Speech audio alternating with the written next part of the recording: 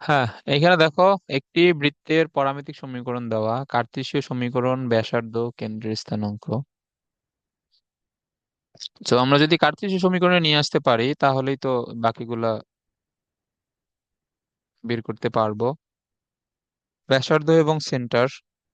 ওকে। ওকে, এখন এইখানে জাস্ট টি এর জায়গায় বি দেওয়া আছে। ওইটা তেমন কিছু না। তো এখন সেম নিয়ম, আগের মতো যে কোনো একটা সমীকরণ থেকে বি এর মান ধরে নিয়ে আরেকটা সমীকরণে নিয়ে গিয়ে যে ইনপুট দেওয়া লাগবে, শেষ। এটাই হচ্ছে নিয়ম। মানে তোমার পরামিতিক স্থানাঙ্ক মানে যে কোনো ম্যাথই আসুক, এটা সরলরেখার ক্ষেত্রে আসতে পারে, কণিকের ক্ষেত্রে আসতে পারে, বৃত্তের ক্ষেত্রে আসতে পারে, বা অন্য যে কোনো মানে যাতে সমীকরণ আছে আর কি, যেমন উপবৃত্ত, পরাবৃত্ত, যাই হোক না কেন, এখানে তোমার যদি পরামিতিক সমীকরণ দেওয়া থাকে, টি দেওয়া থাকতে পারে, বি দেওয়া থাকতে পারে, এম এন, মানে অন্য যে কোনো একটা তোমার মানে এক্স ওয়াই এই চলক ব্যতীত অন্য যে কোনো একটা চলক দেয়া থাকতে পারে, সো ওইটার একটা সমীকরণ থেকে মান নিয়ে আরেকটা সমীকরণে বসাইলেই শেষ। এটা হচ্ছে বি।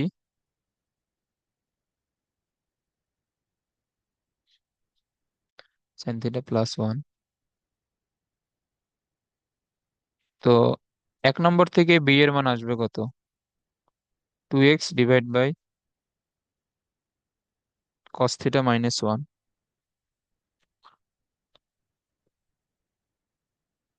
আচ্ছা, এখান থেকে উম না, এখানে আমরা যদি এইভাবে বসাই তাহলে ক্যালকুলেশন আরো অনেক জটিল হয়ে যাবে। আচ্ছা দাঁড়াও, এটা ওই নিয়মে না করে এইখান থেকে আমার তো ধরো যে কার্তেশীয় স্থানাঙ্কে নিয়ে যাওয়ার জন্য সাইন থিটা এবং কস থিটা থাকলে তো হবে না। তো সাইন থিটা এবং কস থিটাকে এখান থেকে রিমুভ করার ওয়ে হচ্ছে তুমি সাইন থিটার মান এবং কস থিটার মান যদি বের করো, তারপর দুইটাকে স্কোয়ার করে যোগ করলে ওইখান থেকে সাইন থিটা এবং কস থিটা চলে যাবে, বুঝছো? হ্যাঁ, এখন এখান থেকে মানে নর্মাল নিয়মে করলে এটা অনেক জটিল ক্যালকুলেশন হয়ে যাবে, কারণ এখানে খেয়াল করো, আমি যদি এই 2 নম্বর সমীকরণে বি এর মানটা যদি বসাই দেই, এইখানে আসবে 2x divide by cos theta minus one. তো এইখান থেকে sine theta cos theta remove করা প্রায় ইম্পসিবল, মানে এমনিতে নর্মাল নিয়মে করলে। সো এটা ওই নিয়মে যাওয়া লাগবে।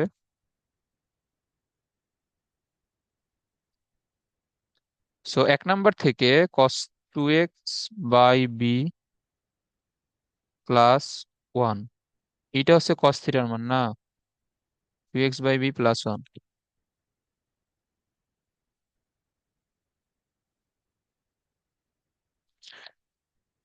এটাই তো। আর এখান থেকে কি হবে? 2b প্লাস, ধরো আমি কি লিখতেছি উল্টা পাল্টা, এখানে হবে 2x by B.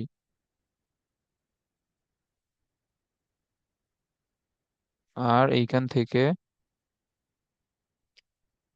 2x plus B divide by B, এটা হচ্ছে কস থিটার মান।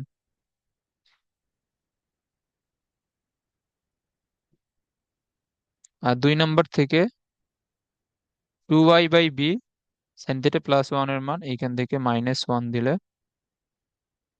এটা এটা আসবে সাইন থিটার মান। তাহলে সাইন থিটার মান আসবে 2y minus B divide by B. এখন sine square theta plus cos square theta তুমি যদি দাও এইখানে,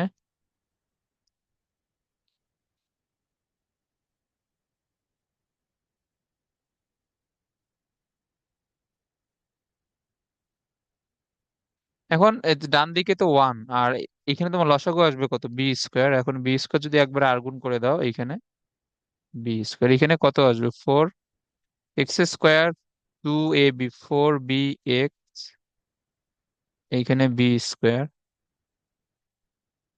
4y square minus 4yb, B square, 4x square, 4bx, 4y square, 4yb। ডান দিকে দুইটা বি স্কোয়ার, ওইদিকে একটা, সো এইখানে থাকবে একটা বি স্কোয়ার। এটা আশা করি বুঝছো। এখন তোমার এই অবস্থা থেকে কি কেন্দ্র এবং ব্যাসার্ধ বের করা যাবে? হুম। না। এখান থেকে ফোর, এই যে ফোর এই কমন নিয়ে তাহলে এটা আসবে X square Y square B X minus B Y B square by four is equal to zero.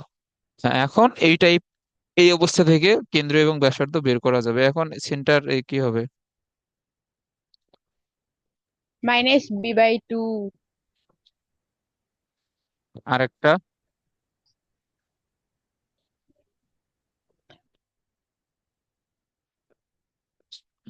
বলো।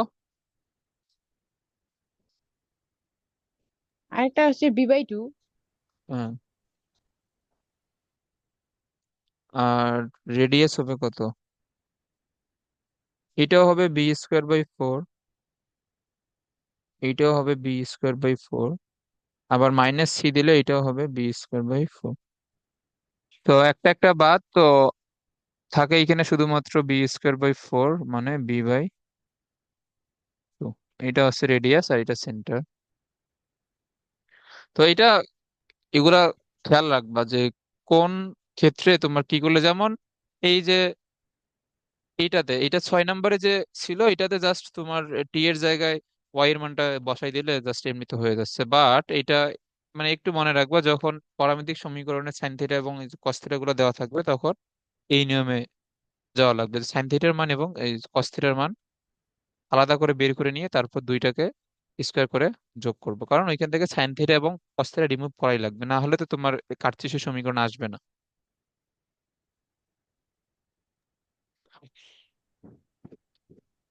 ওকে। কিন্তু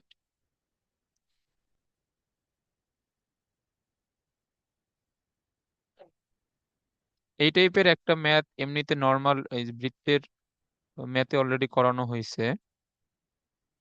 ওকে, এইখানে দেওয়া কত,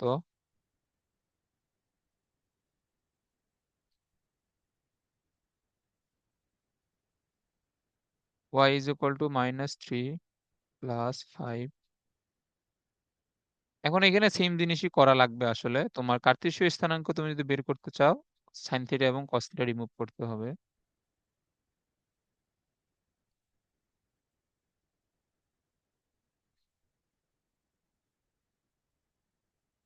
কস টি সমান কত হবে? x - 1/5,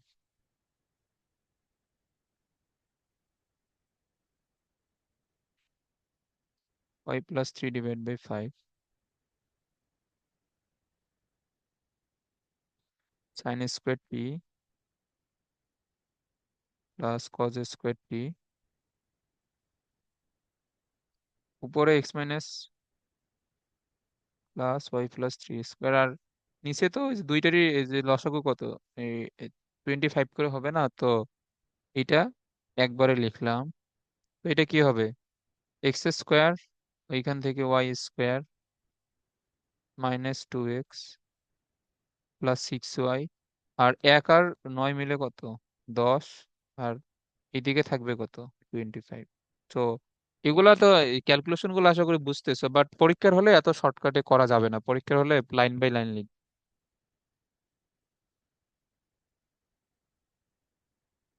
x² y² -2x 6y, এইখানে আছে 15। ওকে। তো এখন যে আহ, বলছে যে বৃত্তের উপর একটা তোমার একটা বিন্দু দেওয়া আছে, ধরো এই বিন্দুটা দেওয়া আছে। তোমার এই বিন্দুগামী যে ব্যাস, এই ব্যাসের অপর প্রান্ত বের করতে বলছে। তো বি বিন্দুর এখানে এই যে কিভাবে বের করবা? এটা একবার কিন্তু এই ম্যাথ করানো হয়েছে বৃত্ত চ্যাপ্টারে। এই বি বিন্দু কিভাবে বের করবা বলো? প্রথমে কেন্দ্র বের করব। হ্যাঁ। তো কেন্দ্র এখন আগে বের করব। সেন্টার এই যে কত তারপর হবে এখানে? সেন্টার হবে 1, -3। হ্যাঁ, এরপরে মধ্যবিন্দু দিয়ে বি এরটা বের করবা। তো আমরা যদি এমনিতে যদি মানে রাফলি যদি বের করি, এটা তো তোমার পরীক্ষার খাতায় কিন্তু মানে ভালোভাবে সরলরেখার নিয়মে এটা বের করে দেখাইতে হবে। সো আমি আর অত ফর্মাল নিয়মে না যাই। তাহলে তোমার সেন্টারের ভুজ কত হবে? 4 ধরো।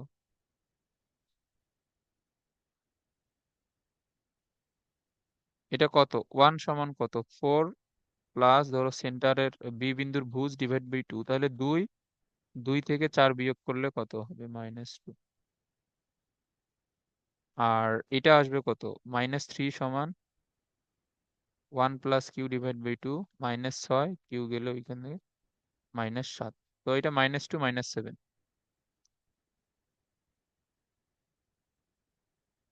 এটা তো বুঝছো আশা করি। এগুলা বাট এগুলো পরীক্ষায় কিন্তু এটা অবশ্যই ভালোভাবে বের করে দেখাইতে হবে, এবং কিছু বাংলা ভাষাও লিখতে হবে যে এইখানে তোমার এই যে 4,1 বিন্দুগামী ব্যাসের আহ, এ একটা প্রান্ত বিন্দু, বি একটা প্রান্ত বিন্দু, সি অর্থাৎ কেন্দ্রীয় হচ্ছে তার মধ্যবিন্দু, অতএব বি বিন্দুর স্থানাঙ্ক পি কমা কিউ হলে আমরা পাই। এগুলা লিখে লিখে তারপরে বের করে এখানে দেখাবা। এবং নোট খাতায়ও এমনি এই যে যখন নোট করবা তখন এগুলা এইভাবে লিখে রাখবা। আচ্ছা, 9 নম্বরে এখানে বলছে বৃত্তের পোলার সমীকরণ।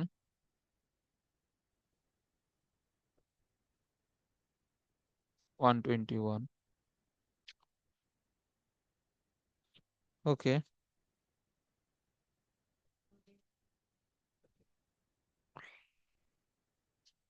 আচ্ছা, এখন তুমি এ- এইটা তো মানে ফর্মালি তো বের তো করবাই এইটার পোলার সমীকরণ কি হবে বলো তো? এমনিতে যদি এটা এমসিকিউ তে আসে, এটা পোলার সমীকরণ কি হবে? এইটা সেকেন্ডের মধ্যে পারতে হবে।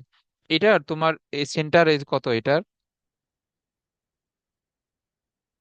0 0। হ্যাঁ, সেন্টার 0 0 হলে পোলার সমীকরণ কি হয়?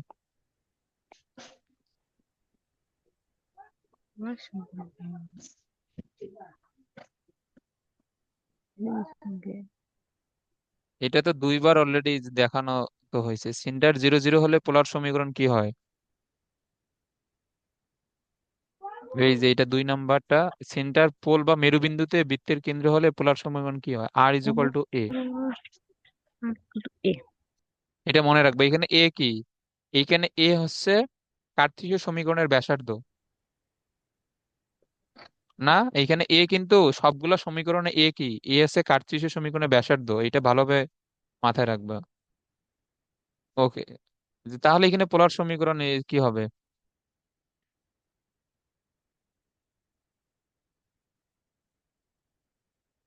এখানে এ এর মান কত বলো তো?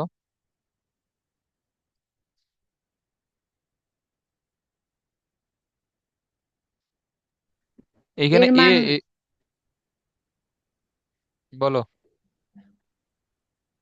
121 না, 121 নাকি? 121 এর মান? না, এটা তো এ স্কোয়ারের মান, এর মান স্কোয়ার ও কত? Root over. রুট ওভার 121 মনে হয় নাকি? √121 করলে আসবে 11। তো এইসব সহজ জিনিস তো পারতে হবে। ইরে আল্লাহ। ওকে। সরি। তো এখন এইখানে, এখন তুমি যদি আর ইজ ইকুয়াল টু এ জানো, এখন এর জায়গা যদি 121 লিখে দিয়ে আসো তাহলে হবে?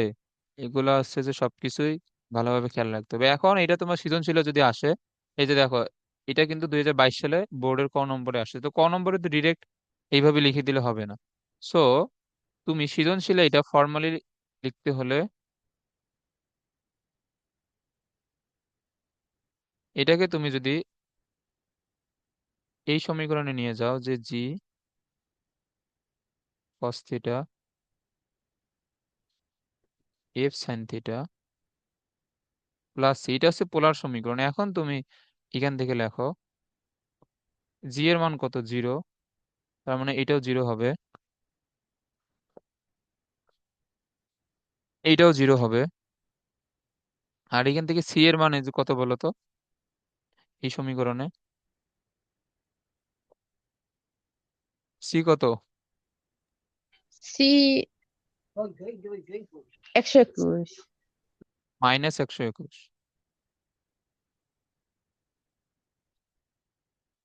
এইখানে সি -121 না, আমরা যদি একদম যেটা মেইন সমীকরণ 2gx প্লাস টু এফ হ্যাঁ ওয়াই প্লাস, ওকে, তাহলে এখানে কি হবে, এটা তো পুরোটাই জিরো হয়ে যাবে। তাহলে r² - 121 = 0। তাহলে r² = 121, এখন রুট করলে এটা কত আসবে, r = 11। এখন তুমি, এটা হচ্ছে সৃজনশীলের নিয়ম, বাট তোমার এইটাও কিন্তু সেকেন্ডের মধ্যে পারতে হবে যদি এমসিকিউতে আসে।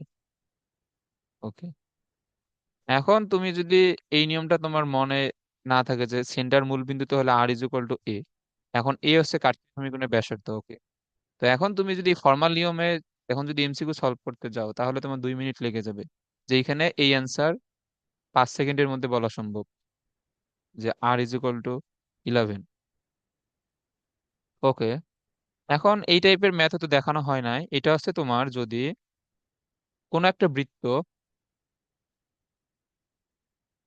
মানে একটা বৃত্ত আছে, ধরো আমি এখানে চিত্রটা আঁকাই। তো এখন এগুলো তোমার মনে থাকবে কি না, এগুলো হচ্ছে তোমার প্র্যাকটিসের উপর। আমি তো শিখাইলাম, এখন তুমি যদি প্র্যাকটিস না করো তাহলে পরীক্ষা হলে পারবা, না করলে পারবা না। এটা হচ্ছে ফাইনাল কথা। ওই জন্য রেজাল্ট আসলে নিজের প্র্যাকটিসের উপর, রেজাল্ট কখনোই স্যারের উপরে নির্ভরশীল না। ওকে, এখন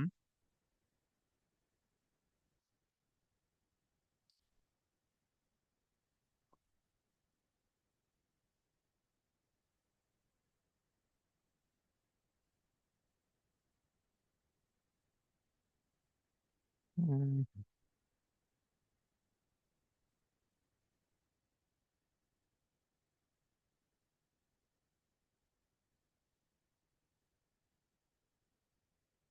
আচ্ছা, একটি বৃত্তের সমীকরণ নির্ণয় করে যা সেন্টার দেওয়া আছে এবং এই বৃত্তটা এত বৃত্ত এবং এত রেখার ছেদবিন্দু দিয়ে যায়।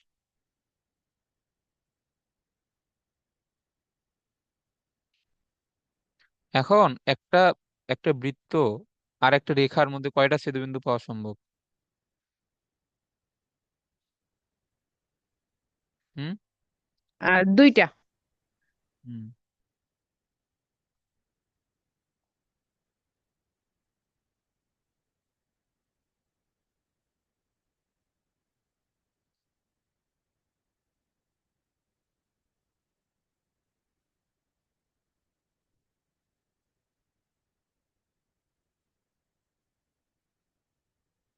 সো এটা আমি এখানে এই চিত্রটা আগে একটু সেট করে নেই, তারপর হ্যাঁ, এখন দেখো এই যে তোমার,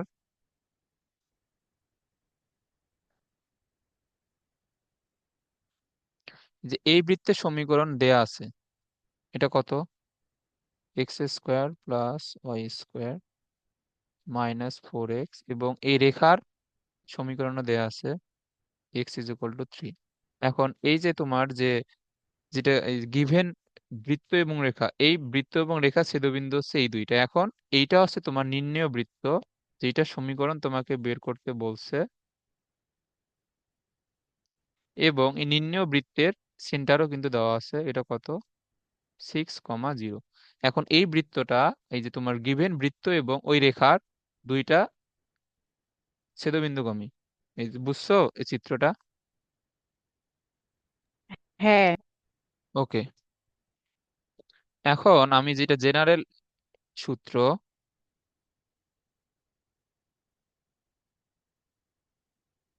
এটা লিখে রাখো খাতায়।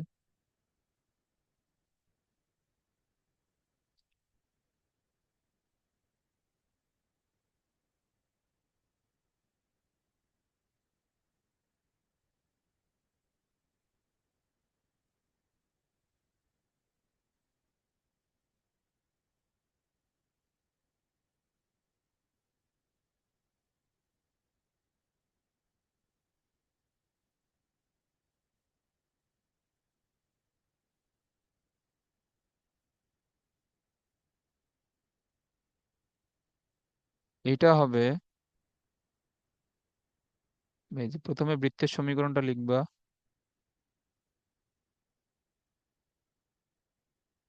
প্লাস কে দিবা? কে হচ্ছে একটা আননোন ধ্রুবক, এরপরে রেখার সমীকরণটা দিবা, ইজ ইকুয়াল টু 0।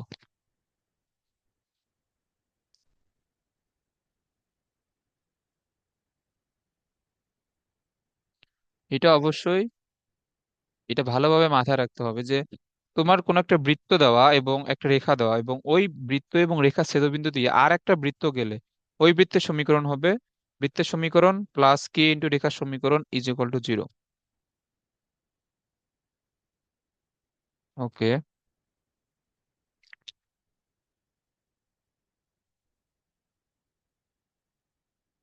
তাহলে এখন এই যে নির্ণেয় বৃত্তের সমীকরণ এই যে কি হবে?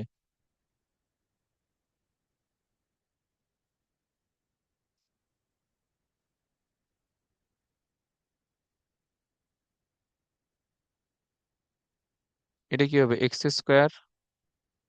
প্লাস y² -4x প্লাস কে ইন্টু এটা কি হবে?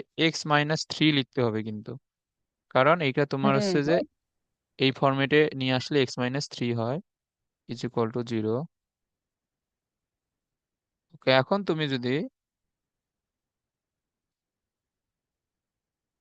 এটাকে যদি সাজাও, -4x plus kx -3k is equal two 0, x² y², x এইখান থেকে কমন নাও, -x কমন নিলে এইটা আসবে 4 plus K -3k is equal two 0। এখন এই যে আমাদের তো এইটাও 1 নাম্বার সমীকরণটাও তো একটা বৃত্তের সমীকরণের মধ্যে আসছে, তো এইটার সেন্টার কি হবে বলো তো? এক 1 নাম্বার সমীকরণের সেন্টার কি হবে? এটা হবে 4 + k/2 হুম, আর কমা 0। হ্যাঁ 0। এখন 1 নাম্বার সমীকরণের তো আমাদের নির্ণেয় বৃত্ত, তো নির্ণেয় বৃত্তের সেন্টার অলরেডি প্রশ্নে দেওয়া, তাহলে এই যে প্রশ্ন মতে কি হবে? 4 + k/2, এটার মান কত? এটার মান হচ্ছে 6। বুঝছো এটা? হ্যাঁ, বুঝছি। ওকে, তাহলে 6 × 2 = 12, এর মান হচ্ছে 8।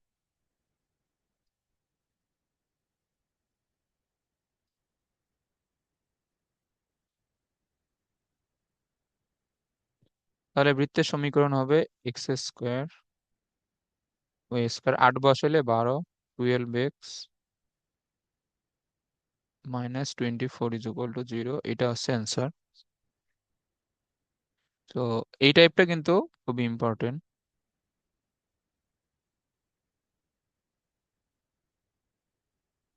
-3 হয় না?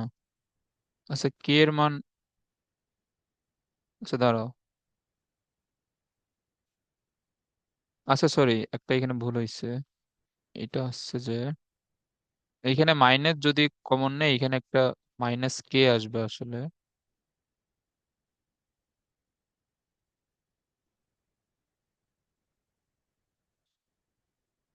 এইখানে এই যে -4x + kx, এখান থেকে মাইনাস কমন নিলে 4 - k হবে, সো এখানে 4 - k, 4 - k।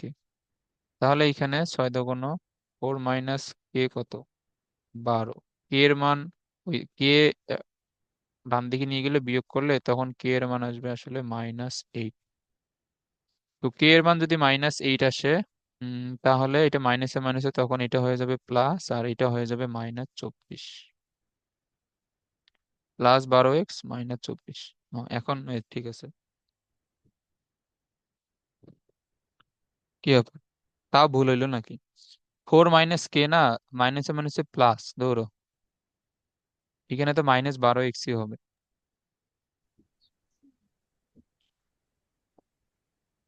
আর ওইদিকে তো প্লাস -3। হ্যাঁ, এইটা হবে মাইনাস, এইটা ঠিক আছে, আর আর এটা মাইনাসে মাইনাসে +24 হবে, হ্যাঁ। হ্যাঁ।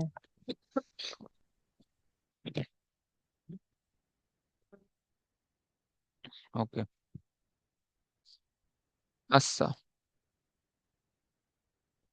একটি আয়তক্ষেত্রের প্রস্থদ্বয়ের সমীকরণ দেওয়া, এর দৈর্ঘ্যদ্বয় এত হলে বিন্দুগামী হলে আয়তক্ষেত্রটির পরিবৃত্তের সমীকরণ কি হবে?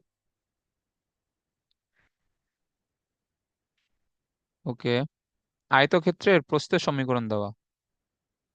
এখন এই যে প্রস্থ বলতে আসলে এই যে আয়তক্ষেত্রের দৈর্ঘ্য প্রস্থ তো বুঝোই, ওইটা তো বলার দরকার নাই।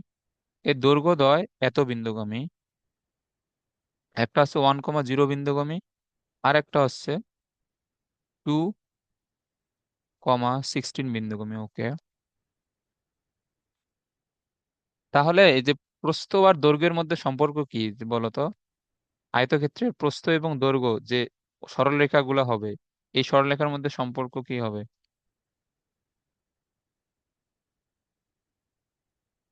বলো। ইয়া হবে দৈর্ঘ্য গুলো, ওই বিপরীত বাহুগুলো সমান হবে। না না, মানে তোমার, আচ্ছা দাঁড়াও আমি বলি। এইখানে তোমার প্রস্থগুলা সমীকরণ দেওয়া আছে, তুমি দৈর্ঘ্যের সমীকরণ এখান থেকে কিভাবে বের করবা?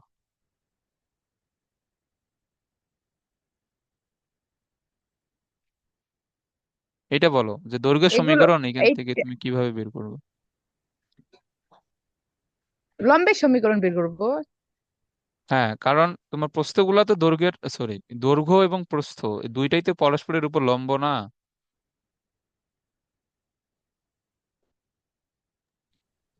এই দৈর্ঘ্য এবং এই যে প্রস্থ দুইটাই পরস্পরের উপর লম্ব না? হ্যাঁ। আর তোমার দৈর্ঘ্যগুলা কোন বিন্দুগামী সেটাও কিন্তু দেয়া আছে। তো তুমি তো এখান থেকে হ্যাঁ, দৈর্ঘ্য সমীকরণ বের করতে পারবেই। ওকে।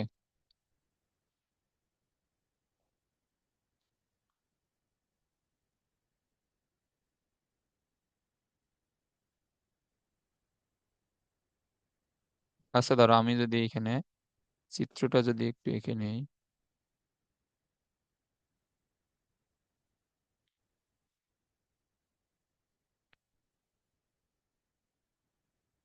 তাহলে এখানে যে প্রস্থের সমীকরণগুলো দেওয়া,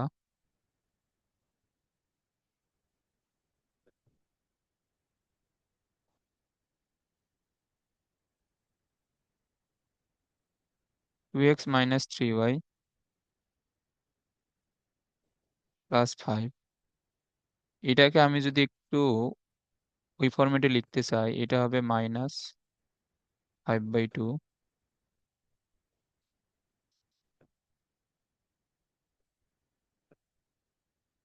y/5/3 = 1। বুঝছো এটা?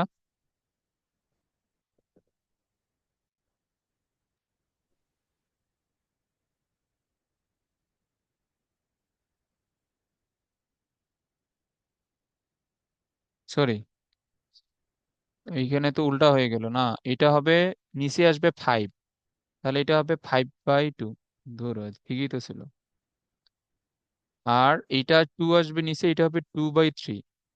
5 আসবে নিচে, এটা 5/3, আর এটা হবে 2/3। বুঝতেছো এগুলা? হ্যাঁ বুঝছি। তো এটা হবে 2/3 = 1। ওকে, সরি, একটা তো এখানে মাইনাস হবে।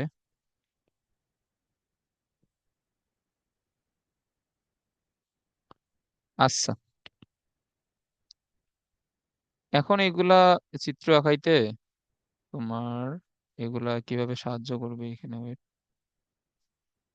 আচ্ছা, আমরা আগে এই দৈর্ঘ্যগুলা সমীকরণ বের করি।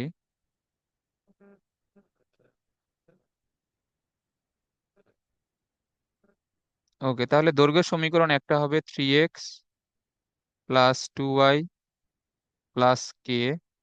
এটা কোন বিন্দুগামী? এর এই দৈর্ঘ্যদ্বয় হচ্ছে, এটা হচ্ছে 1,0 বিন্দুগামী। আর আরেকটা সমীকরণ এই কত হবে? 3x + 2y + k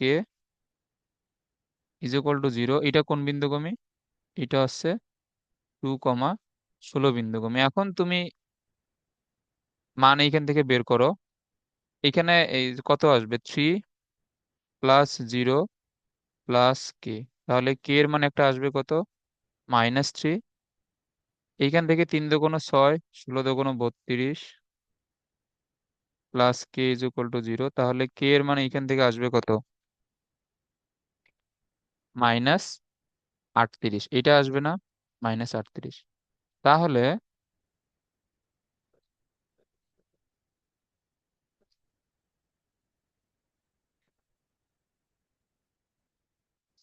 তোমার দৈর্ঘ্যের সমীকরণ তাহলে একটা হবে কত, 3x + 2y -3 = 0, আর একটা 3x + 2y -38 = 0। এটা হচ্ছে দৈর্ঘ্য, আর এই দুইটা হচ্ছে প্রস্থ। এগুলো আশা করি এগুলো বুঝছো।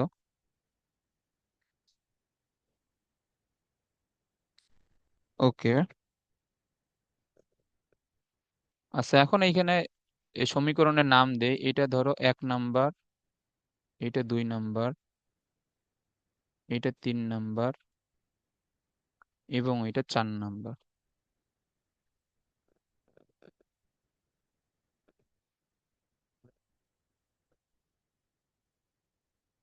ওকে। এখন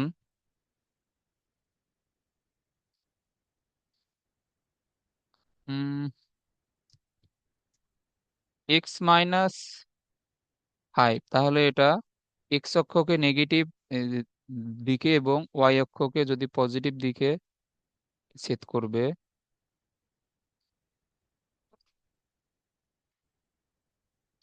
সো তোমার এই যে 1 নাম্বার সমীকরণটা এক্স অক্ষকে নেগেটিভ দিকে, ওয়াই অক্ষকে পজিটিভ দিকে, মানে এটা হবে এইরকম। এটা হচ্ছে 1 নাম্বার। আর 2 নাম্বারটা কি, এক্স অক্ষকে পজিটিভ দিকে এবং ওয়াই অক্ষকে নেগেটিভ দিকে, না? এটা হবে 2 নাম্বার। এই যে বুঝছো না এটা?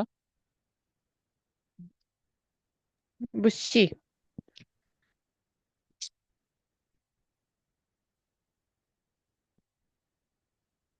ওকে। আর এই যে তোমার এই 3 নাম্বারের খেয়াল করো, 3 নাম্বারের দুইটাই তুমি যদি খেয়াল করো, এ বি অর্থাৎ x/a y/b, দুইটারই কিন্তু এই এই তোমার এ বি দুইটাই পজিটিভ হবে। এটা কি বুঝছো? এই যে 3 এবং 4-এর দুইটাই এ বি পজিটিভ হবে। হ্যাঁ। ওকে। তাহলে এই যে তোমার ধরলাম যে একটা আসবে এইদিকে, এইটা কোনটা হবে বলো তো? একটা হবে তোমার 3x/3, আর 2y/3 = 1, আর এটা হবে কত, 3x/38, আর এটা 2y/38। তাহলে কোনটার এ বি এর মানগুলো বড় হবে, এই যে 4 নাম্বারটার, না? এই বুঝতেছো? এইটার 4 নাম্বারের এ আর বি এর মান বড় হবে না?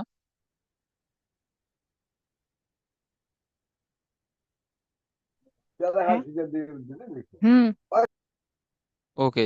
তাহলে এই এই ধরলাম যে 4 নাম্বারটা হবে এইরকম। তো এইটা হচ্ছে তোমার 3 নাম্বার, এইটা হচ্ছে 4 নাম্বার। এই যে বুঝছো তো এইগুলা, এই যে ক্লিয়ারলি? না বুঝলে এখনো বলতে পারো। হ্যাঁ, বুঝছি। ওকে। তাহলে তোমার এইখানে যে আয়তক্ষেত্রটির পরিবৃত্তের ব্যাস, তাহলে তোমার পরিবৃত্ত হবে এই 4টা বিন্দু দিয়ে যে বৃত্তটা আসবে, সেইটাই মূলত পরিবৃত্ত। এটা না, এই 4টা বিন্দু দিয়ে যে বৃত্তটা আসবে এটা হচ্ছে পরিবৃত্ত। হ্যাঁ। এখন আমি যদি এখানে বিন্দুগুলার নামকরণ করি, ধরো এটা বি, এটা সি, এটা ডি। এখন এ বিন্দু তুমি এ এ বিন্দু বের করতে পারবা না? এ বিন্দু কার কাছে ছেদবিন্দু? তা- আহ, চার। আর কত, 4 নম্বর সমীকরণ? 4 আর 1-এর। আর এটা, ও, এক। আর সি কার কাছে ছেদবিন্দু? সি হচ্ছে 2 আর 3। হ্যাঁ, 2 আর 3। ওকে। এখন এই বৃত্তটার জন্য এ আর সি কি বলতো? এই বৃত্তটার জন্য ব্যাসের প্রান্ত বিন্দু। হ্যাঁ, এ আর সি হচ্ছে ব্যাসের দুইটা প্রান্ত বিন্দু। ওকে, এখন এ আর সি বের করে এইখান থেকে এই সমীকরণ বের করতে পারবে না?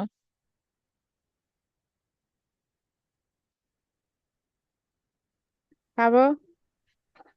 ওকে, তাহলে বাকিটা তুমি নিজে করে নি। ওকে, তাহলে এ আর সি হবে ব্যাসের দুইটা প্রান্ত বিন্দু।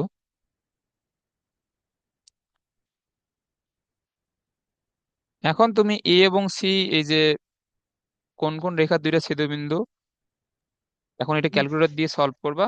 তারপরে দুইটা ব্যাসের প্রান্তবিন্দু দেওয়া থাকলে বৃত্তের সমীকরণ কি হয়? X minus x1 into X minus x2 plus Y minus Y one into Y minus Y two equal 0। হ্যাঁ, এখন এইটা দিয়ে তুমি ক্যালকুলেটর দিয়ে প্রথমে ছেদবিন্দু দুইটা বের করিও। তারপরে ছেদবিন্দু দুইটা বের করে এই সমীকরণে বসানোর পরে বৃত্তের সমীকরণ আসবে। এই ম্যাথটা বুঝছো? হ্যাঁ, বুঝছি। তো এই ম্যাথটা আমি বইয়ে নতুন দেখলাম আর কি। এগুলো আগের বইয়ে বা এই টাইপের প্রশ্ন বোর্ডে কোথাও ছিল না, তবে এগুলো সরল রেখারই এখানে ম্যাক্সিমাম কনসেপ্ট।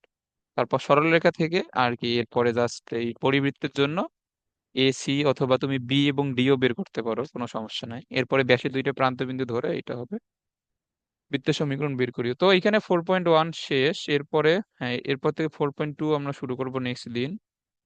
তো আজকে তুমি এগুলা সরলরেখার না, সরি, বৃত্তের তো দেখলাম মাত্র একটা লেকচার জমা দিছো। তো এগুলা বাকিগুলা আজকের মধ্যে সলভ করে এগুলা জমা দিয়ে দিও।